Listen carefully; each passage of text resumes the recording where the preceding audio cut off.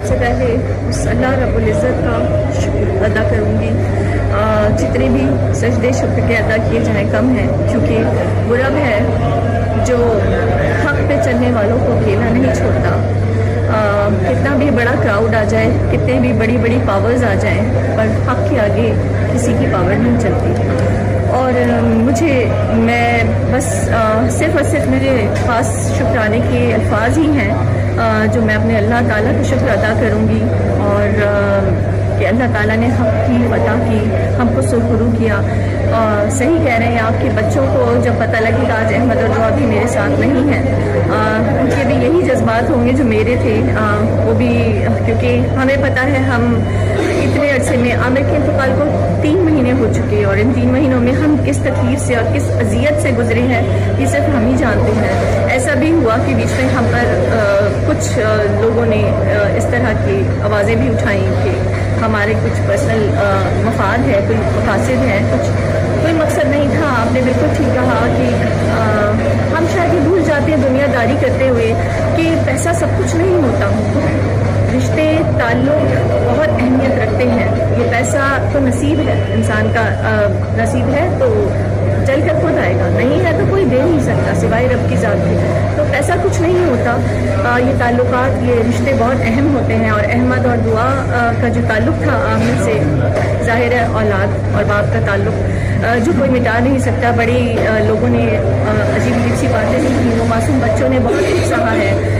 वो ये सब कुछ डिज़र्व नहीं करते थे। मुझे तकलीफ़ भी हुई लोगों के कुछ कमेंट से भी। और ये जो साहब हैं जिन्होंने कंटिन्यूसली जो ये तकलीफ़ दी है, मुझे अफसोस होता है। वो मेरे बेटे से कुछ थोड़े से बड़े ही होंगे, 1-2 साल ही बड़े होंगे, पर मुझे अफसोस होता है कि हमारे आज भी ऐसे लोग हैं जो ये नहीं सोचते कि इसमें नाम करने के लिए बहुत सारी चीज़ें मौजूद थी, पर एक रूह को और एक जिस्म को अज़ियत देने के लिए वो तुले हुए थे इस चीज़ पर कि उन्होंने उन खातून को भी पार्टी बनाया जो कि खुद आमिर की मौत की वजह सबब है। तो अफसोस तो इस चीज़ पर उनका इंटेंशन यहीं से सामने आ जाता है। और सारी सब चीज़ें एक तरफ मेरे साथ जितने सारे लोग खड़े रहे इस दुनिया में, अगर ऐसे लोग हैं जो कातिल को वर्कों के साथ होते हैं, तो ऐसे भी लोग हैं जो हक़ के साथ होते हैं। और सर ज़िया का मैं कहीं दिल से शुक्रिया अदा करूँगी, इनकी पूरी टीम का, जितने सारे लोग हमारे साथ थे, इंक्लूडिंग आपकी, और सभी को बहुत शुक्रिया अदा करूँगी। इन सब के लिए मैं ये कहूँगी कि मेरे और अहमद से यही करनी है कि जो किरदार सर ने अदा किया है, जो रोल सर ने प्ले किया है, और जिस तरह ये खड़े रहे हैं सीसा पे लाइव दीवार की तरह मेरे साथ, बच्चों के साथ, इसके लिए मेरे पास तो अल्फाज नहीं है। बस यही है कि ताउन ता ज़िंदगी सर के लिए दुआएं ही दुआएं हैं। और आप सबका शुक्रिया, वो सारे लोगों का शुक्रिया जिन्होंने हमें इस पूरे फेज़ में सपोर्ट किया। लोग हैं आमिर के बहुत चाहने वाले, बहुत सारे फैंस हैं जो दुआएं करते रहे और इंतज़ार करते रहे। मुझसे पूछते थे सोशल मीडिया पर भी कि अगली डेट का, अगर कुछ डेट्स तक याद रहती थी, तो ऐसा नहीं है। आमिर के लिए दुआएं करने वाले बहुत सारे लोग हैं। बस मैं यही सबसे रिक्वेस्ट भी करूँगी कि आगे भी उनको अपनी दुआओं में याद रखें। अल्हम्दुलिल्लाह ऑनरेबल कोर्ट का जो फैसला आया है, हम ये समझते हैं कि हमारे यहाँ कानून नहीं है, हमारे यहाँ लॉ नहीं है। नहीं, ऐसा बिल्कुल नहीं है। हमें जैसे सर ने कहा कि हर फोरम पे हमें पूरी सपोर्ट मिली, हमें पूरा फेवर मिला। क्यों कि हम लीगल ग्राउंड्स पे हों, चाहे रिलीजियस ग्राउंड्स में हों, चाहे जिस हवाले से भी हो, हम पूरी तैयारी के साथ आए। और हमने कहीं किसी झूठ का, किसी गलत चीज़ का साथ नहीं लिया। हमने कोई ऐसी चीज़ पेश नहीं की। थ्रू आउट हम हक़ और सच पर ही रहे। तो ऑर्डर क्या हुआ है और इसमें आपने मौक़िफ़ क्या तय किया? देखें, आज जो सारी प्रोसीडिंग हुई है उसमें जो पिटीशन फाइल हुई है, जो हमने ऑर्डर करवाया था, एडिशनल सेशन जज ने जो ऑर्डर पास किया था, और उन्होंने मैजिस्ट्रेट का जो सेकंड ऑर्डर था जिसमें उन्होंने कहा था कि पोस्टमार्टम होना चाहिए और मेडिकल बोर्ड बनना चाहिए, उसको कोर्ट ने नलीफाई किया था एडिशनल सेशन जज ने।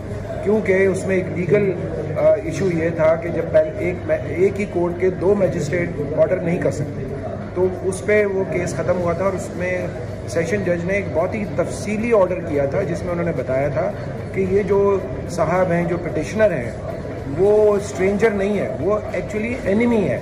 और उस ऑर्डर के अंदर लिखा हुआ है कि उसने अपने फेसबुक पे बहुत सारी जगहों पे उसके ख़िलाफ़ बहुत ही गलत किस्म के जो है ना रिमार्क्स पास किए हुए थे पहले 2020 में भी, 2019 में भी, बाद में भी। तो वो एक दुश्मन होते हुए उसने इस तरह की कि उसकी लाश की बेहरमती हो और उनको पब्लिसिटी मिले। तो हमने आज कोर्ट में ये कहा कि जो उसने जाली किस्म के जो एक्सरेज पेश किए थे यूट्यूब रिपोर्ट्स में, और जो उसने कहा कि प्रॉपर्टी के डिस्प्यूट की वजह से उसकी डेथ हुई है, जो सारा झूठ था। हमने कोर्ट को ये कहा कि वो FIA को बोले कि साइबर क्राइम के थ्रू वो यहाँ पे रिपोर्ट सबमिट करें कोर्ट को, लेकिन कोर्ट ने हमें बहुत डिटेल से सुना और उन्होंने लीगल ग्राउंड्स पे भी और वैसे भी उन्होंने उनकी जो पिटिशन थी उसको डिसमिस किया है। और अब वो बॉडी एक्सह्यूम नहीं होगी क्योंकि वो जो है नीचे सेशन जज ने ऑलरेडी उस मैजिस्ट्रेट के ऑर्डर को ख़त्म कर दिया था।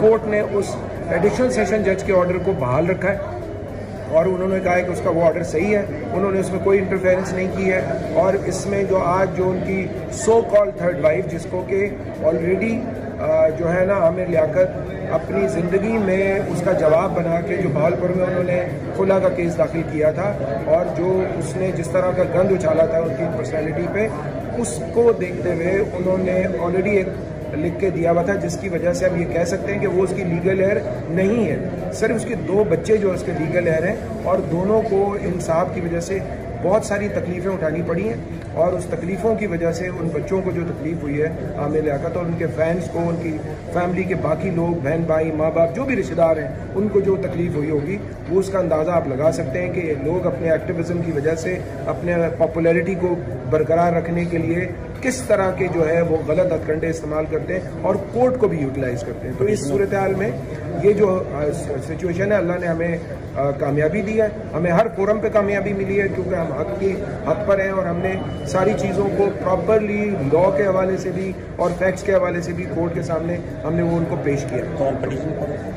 पिटिशनर में जो एक अभी नए उन्होंने बताया कोर्ट में कि वो अभी 1 साल हुआ है वकील बने, ठीक है ना, आहद नाम है उनका शायद, और वो उनके कभी वकील होते थे, कभी वो खुद अपीयर हो रहे थे।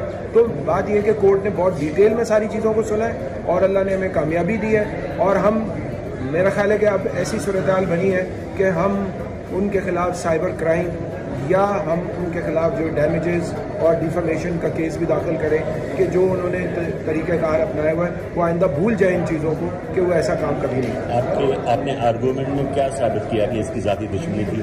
देखिए, वो हमने इनके फेसबुक का रिकॉर्ड पेश किया जिसमें वो, तो उन्होंने कोर्ट को कहा, कोर्ट ने पूछा उनसे कि आप सियासी कारकुन हैं, तो उसने कहा मैं सियासी कारकुन नहीं हूँ, लेकिन उनकी फेसबुक पे ऑलरेडी लगा हुआ है कि वो एक सियासी जमात के कारकुन हैं और वो जिस तरह के रिमार्क्स देते रहे हैं शुरू से, जब वो आमिर लियाकत हयात थे, तो उससे लगता है कि उनकी उनसे परखाश थी और उस परखाश को दूर करने के लिए उन्होंने, और फिर हमने कोर्ट को ये बोला है कि इस तरह अगर कोई भी मुंह उठा के चला है और बोले कि जी, अब देखें हमारे केस के अंदर हमने कोर्ट को ये बताया है कि देखें इसमें कोई पुलिस की तरफ से या मेडिको लीगल की तरफ से कोई भी शक व शुबे का कोई इजहार नहीं किया गया। उन्होंने लिखा है अपनी इनको इस रिपोर्ट में 174 की जो रिपोर्ट है उसमें उन्होंने लिखा है कि तबई मौत है। ये पुलिस की रिपोर्ट है, हमारी नहीं है। हमने जब उनकी बॉडी को दफनाया तो इलाका मैजिस्ट्रेट ने उसको हमें इजाज़त दी है कि हम उसको दफनाएं, तो हमें कोई रोका नहीं गया, हमने कोई ये नहीं कहा गया कि आप पोस्टमार्टम करें, ठीक है ना। पोस्टमार्टम उस वक्त किया जाता है कि जब आपको शक हो। शक अलबत्ता में है, जिस बात पे शक है वो ये है कि उसकी जो कमरे की जो वीडियोस रिलीज़ की हैं उनकी सो कॉल्ड थर्ड वाइफ ने, जिसकी वजह से वो डिप्रेशन में गए। डिप्रेशन तो मेडिकल में नहीं आता ना, तो वो उसकी वजह से वो बिल्कुल उन्होंने एयर ट्रैवल भी बंद कर दिया था, मतलब जहाज़ में सफ़र करना बंद कर दिया था। जब हमने उनके ड्राइवर से पूछा, उनकी जो एक्स वाइफ ने डेथ के बाद, कि भाई वो प्लेन में जो है ना क्यों नहीं आ रहे थे, वो तो कभी बाय रोड सफ़र नहीं करना चाहते। बोला नहीं, वो इसलिए कि वो लोगों को फेस नहीं कर पा रहे थे कि जो एक खातून ने बीवी होते हुए उन्होंने अब उस बेडरूम की जो मियाँ बीवी का एक रिलेशन है उसकी सेंटिटी को चैलेंज किया, उसको एक बदनाम करने की कोशिश की कि आइंदा जो है ना वो शौहर या बीवी होशियार रहे कि कहीं मेरी वीडियो ना बन रही है। मतलब यही लगता है इस तरह कि अगर आपके अख्तलाफात हो तो आपको यही डर होगा कि कहीं आपकी वीडियो ना बन रही है। तो ये एक बहुत बड़ा इशू है जो अभी ज़ाहिर सोसाइटी में डिबेट में है और हमने कोर्ट के सामने ये बात रखी है। हमने कहा कि हमने साइबर क्राइम में ऑलरेडी अप्रोच किया हुआ है जो उनकी सो कॉल थर्ड वाइफ है उसके खिलाफ और उसकी माँ और बाकी जो गैंग मेंबर्स हैं जिन्होंने वो वीडियो रिलीज़ करके उसको परेशान किया, उसको ब्लैकमेल किया और फिर उसके जो उनकी वाइफ ने मुझे बताया, एक्स वाइफ ने, बुशरा ने, उन्होंने बताया कि जो उनके अकाउंट से पैसे जिस तरह से, जिस हिसाब से उनके जो थर्ड वाइफ के डिजिटल अकाउंट में जिस तरह पैसे गए हैं, वो सारी चीज़ें उन्होंने अब वो FIA के सामने रखी हैं, और जिससे सारी चीज़ें ज़ाहिर दूध का दूध पानी का पानी होगा जब इन्वेस्टिगेशन होगा। और अल्लाह ने जो हमें कामयाबी दी है, हम अल्लाह का शुक्र अदा करते हैं, और हमने एक हद के लिए बात की थी और उसमें हम कामयाब हुए। Thank you.